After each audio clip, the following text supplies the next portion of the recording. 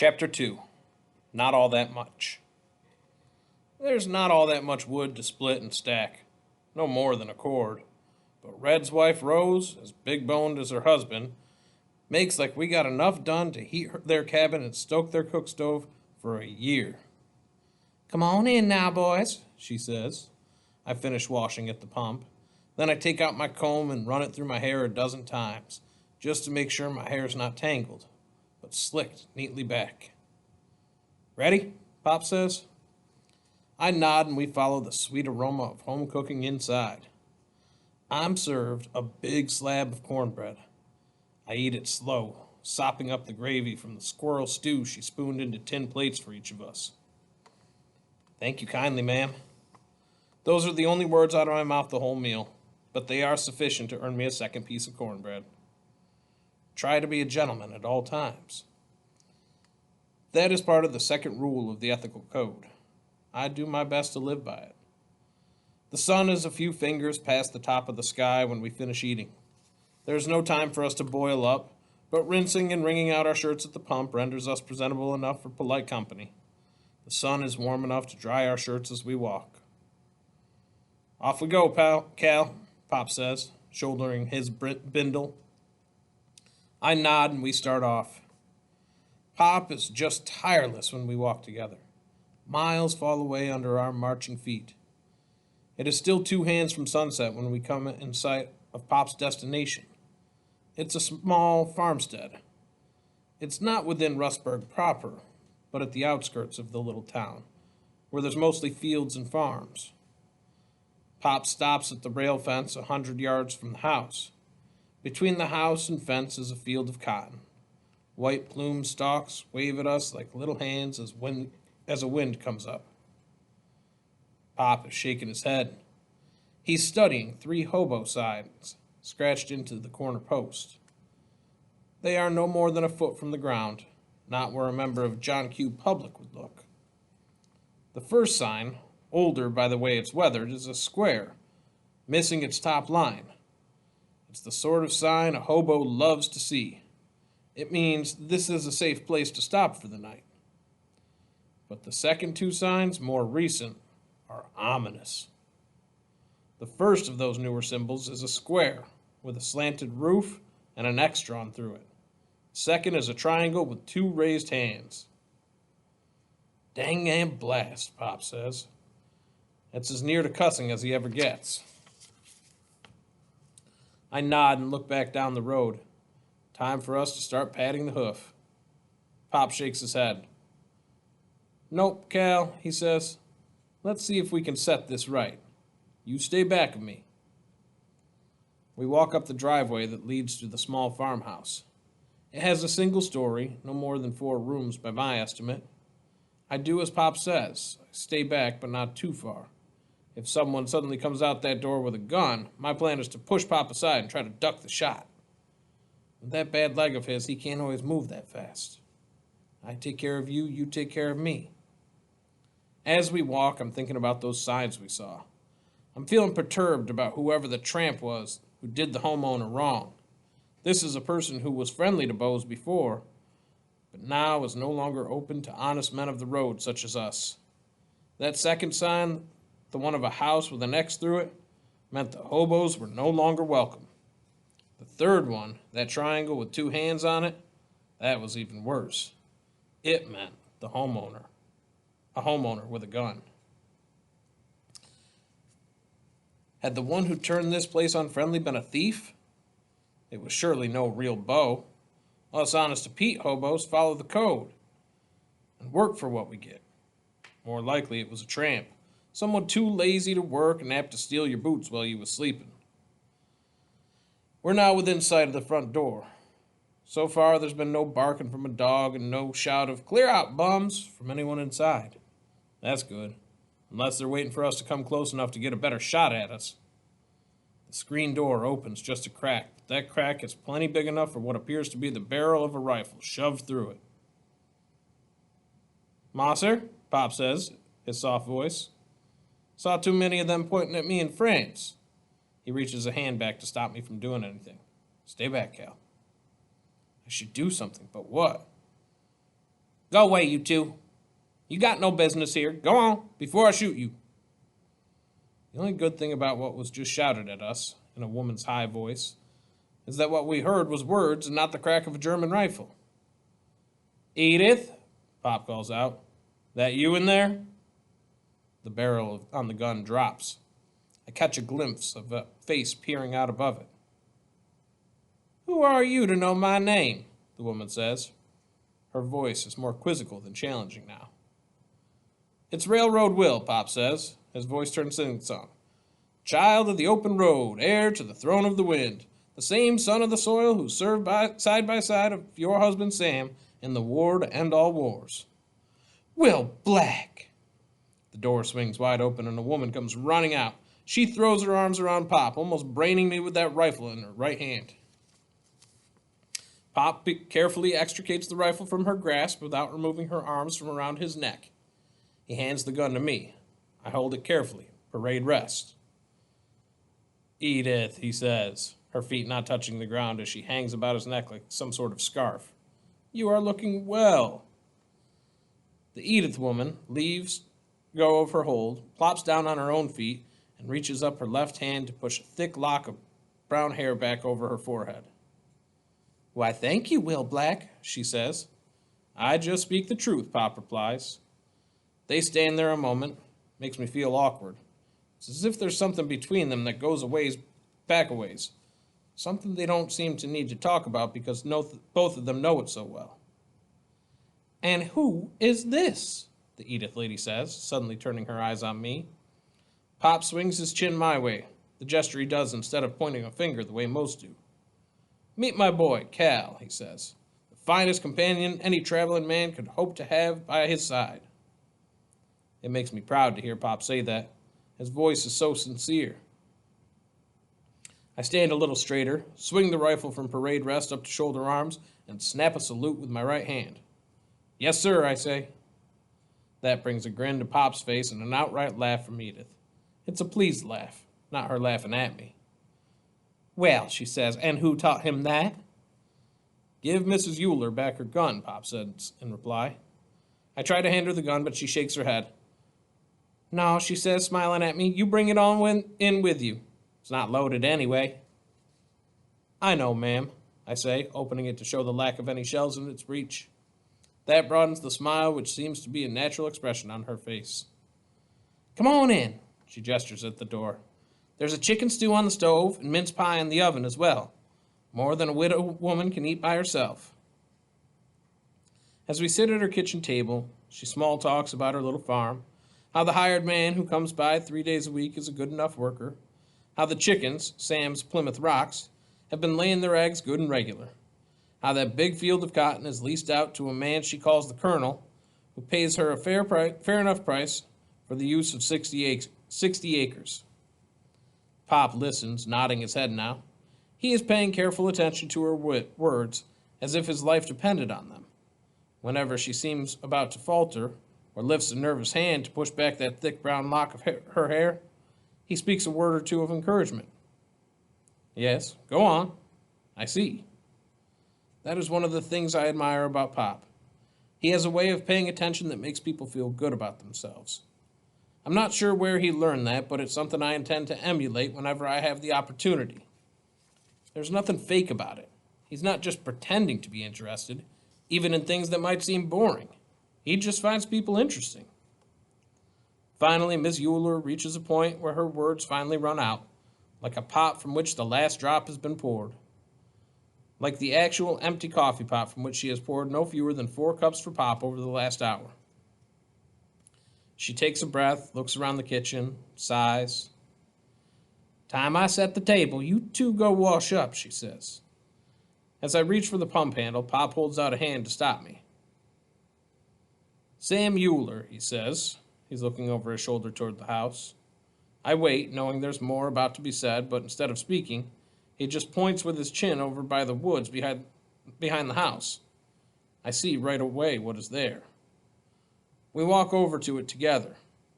It's a rough-cut rock, not smooth granite you've seen on rich folks' resting places. Local sandstone, Pop says, squatting down as best he can with that stiff leg. Cut it himself. Carved in his name and the names and the dates when he knew it was about time. Samson K. Euler, 1898 to 1928. SKE, I think. A shiver goes down my back. Those were the initials on the watch I saw in my vision. Pop has a gold watch like that one. It was the gas, Pop says. Sam had only half a lung left when he got back. It was a near miracle he survived as long as he did. Long enough to set this place up, pay off the mortgage, then he could let go. I reached out my hand to help Pop up. He could do it alone, but then again, as he often says, there are plenty of things a man can do alone, but do a slight better with just a little help. Never met a man stronger than Sam. That biblical name surely suited him. It was him who carried me over one shoulder back to the trench, running, leaping over the shell holes and the bodies of fallen men, right through the barbed wire, paying no heed to bullets and shells. I would have been pushing up poppies in Flanders were it not for Sam. We walk back to the pump. Cool, sweet water comes gushing out as I lift the creaking handle up and down, up and down. But Pop just stands there. He has that faraway look on his face again. He doesn't like to talk about the Great War. It's too painful for him. Maybe feeling that pain of his is what makes me imagine I was there with him. Though that vision of the gold watch is still bothering me. I imagine it could just be coincidence. But what about the part of my vision when I see Sam picking up Pop and carrying him to safety? There's no explaining that. No question I could ask about it. But I know I should say something now to bring him back. Pop? Yes, Cal. You saved him too, didn't you? You could say that, he replies. Pop sticks his whole head under the gushing spout. He's done talking. He wipes his face with both hands and slicks back his thick black hair. Then he shakes the water from his hands, making dark spots on the dry red earth to the side of the trough, as if he's offering the ground some of that water. Your turn, he says, taking the pump handle. I bend and wash my face and hands as he did, sluicing away not only the dirt, but also as much as I can of a memory of a pain and loss, a memory I've somehow shared. We're back at the table again. The two of us are scrubbed to the point where our faces are nearly as red as apples. Our fingernails are clean of the usual dirt as the points of our jackknives can make them. Pop is not talking. He's looking, just as I am, at the big bowl of chicken stew that Ms. Euler just placed in the center of the table. The steam rising up from it carries an aroma that makes my mouth water. But I have to wait. My father and I are civilized travelers of the highways and byways, and not low-life scroungers. Grace comes first. Ms. Euler and Pop are each waiting for the other to say the words, but neither seems ready to pipe up with a blessing or pass the burden of saying grace to the other. Go ahead, Ms. Euler finally smiles. Creator, Pop says, his voice deep and resonant. We three who have gathered here give thanks for this food, this gift. We thank the bird that gave its life, the plants that also allowed themselves to be sacrificed to feed us. Pop pauses, takes a breath. We are thankful for the good company around this table and for the everlasting love that still echoes through this home, the love of a good man and a good woman. We are thankful for the brief time we will shelter here in this blessed place before we set our feet again onto that long path you've placed before us to travel. Again he pauses. Though I do not look up, my eyes glued to my bowl as he speaks, I can hear a soft drawing in of breath from Ms. Euler, and I'm pretty sure there's a tear or two in her eye. Amen, Pop says. Amen, we say. I am halfway through my second bowl when I feel something wrapping itself around my leg. I don't jump, except in my mind.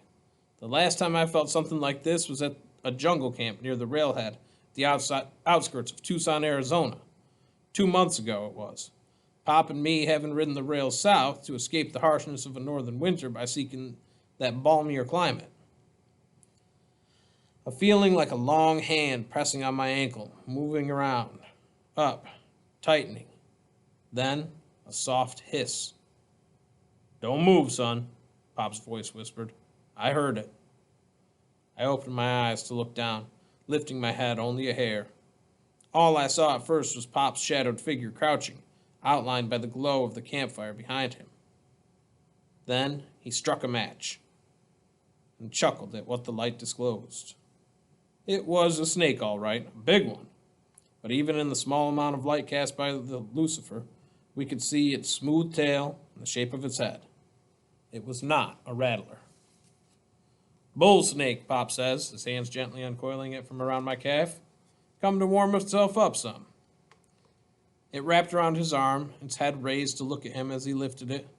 It was a good 6 feet long, thick-bodied, and black as jet. Its eyes caught a gleam from the fire that made it seem as if they were filled with stars. I reached out a hand and stroked the big bull snake's back. It hissed again, a sound I took as approval. For some reason, Pop and me always have gotten along with snakes. Most fear them to the point of hysteria. But as Pop says, snakes just want to go their own way. Though, to be honest, I would far prefer that their way not lead into my bedroll. Pop placed the bull snake on a blanket off to the side, a spot where the fire's warmth could be felt. You keep watch, he said to it. We give you heat, you keep us safe. Then the two of us settled back down and slept the night. One thing about bull snakes is that they tend to discourage rattlesnakes from coming around. Not that Pop nor I feared rattlers all that much. Rattlers are an honorable sort of snake, generally warning you before they strike. But a bite from a poisonous serpent that responds after being stepped on or rolled over onto by accident is just as bad. This time, though, what's wrapping itself around my leg feels different, especially when I hear a sound that tells me the one paying attention to me is no snake. Wow. Rudy, Ms. Euler says, you stop that. She reaches down under the table and pulls a fat, purring tabby up onto her lap. No manner, she says, but I spoil him. Typical widow woman with her cats. Rudy glances at Pop and then me, a self-satisfied look on his broad face. 23 pounds, Miss Euler says, about breaks my back to lug him about. Doesn't it, you rascal? Dinner is now finished, including a sweet-tasting mince pie. Pop leans forward to look toward Miss Euler's back. There's a quizzical look on his face.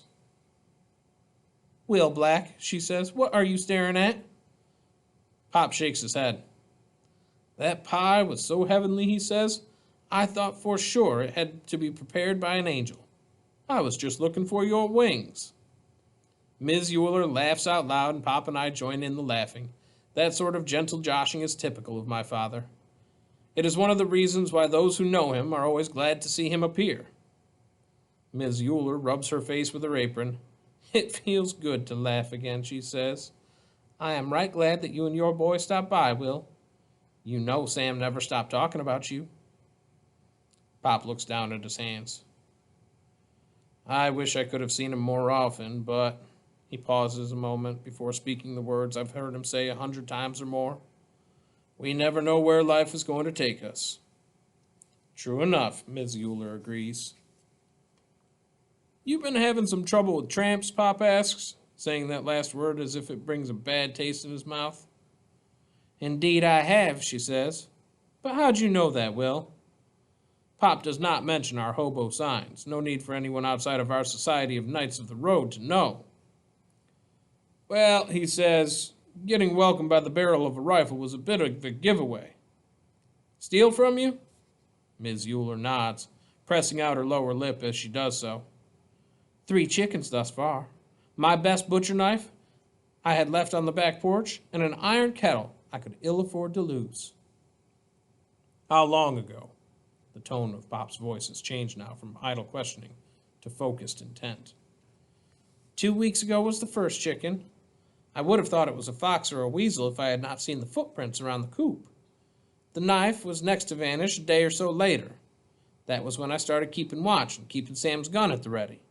I used to not mind someone coming through offering to work for a meal, but after that knife vanished, I started doing what I did with you, warning anyone away before they got close to the house. They might have been honest hobos, but I felt I could not take the chance. Shame you had to do that, Pop says. I can hear the anger below the calm surface of his voice. And when did that kettle turn up missing? 2 days ago. Ah, Pop says. I know what that means.